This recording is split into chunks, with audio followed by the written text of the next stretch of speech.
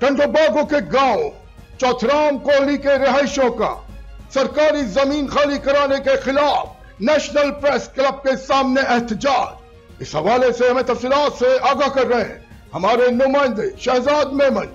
जी शहजाद, हमें तफसीलात से आगाह कीजिएगा।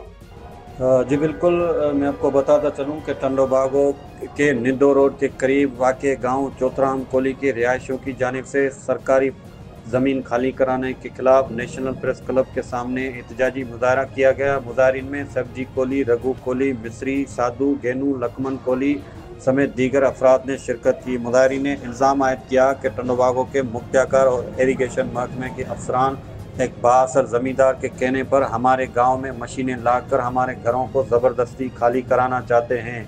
इनका कहना था कि हमारे घरों से ज़बरदस्ती वाटर निकालने की कोशिश की जा रही है, हालांकि ये वाटर स्कीम मंजूर शुदा नहीं है।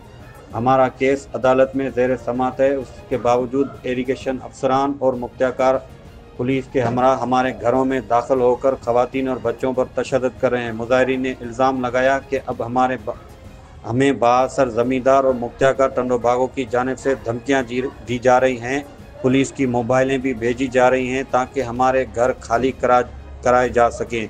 इन्होंने एसएसपी बदीन, डीआईजी हैदराबाद और दीगर आला हुकाम से मुतालबा किया है कि हमें इंसाफ फराहम किया जाए और मुतासरा ख़ानदान को तहफ़्फ़ुज़ दिया जाए। शहजाद मेमन, फैज़ न्यूज़, टंडोबागो। बहुत शुक्रिया शहजाद, हमें तफसीलात से आगाह करने के लिए। मजीद खबरें और अपडेट्स जानने के लिए देखते रहिए फैज़ न्यूज़ नेटवर्क। फैज़ न्यूज़, फैज़ सबके लिए।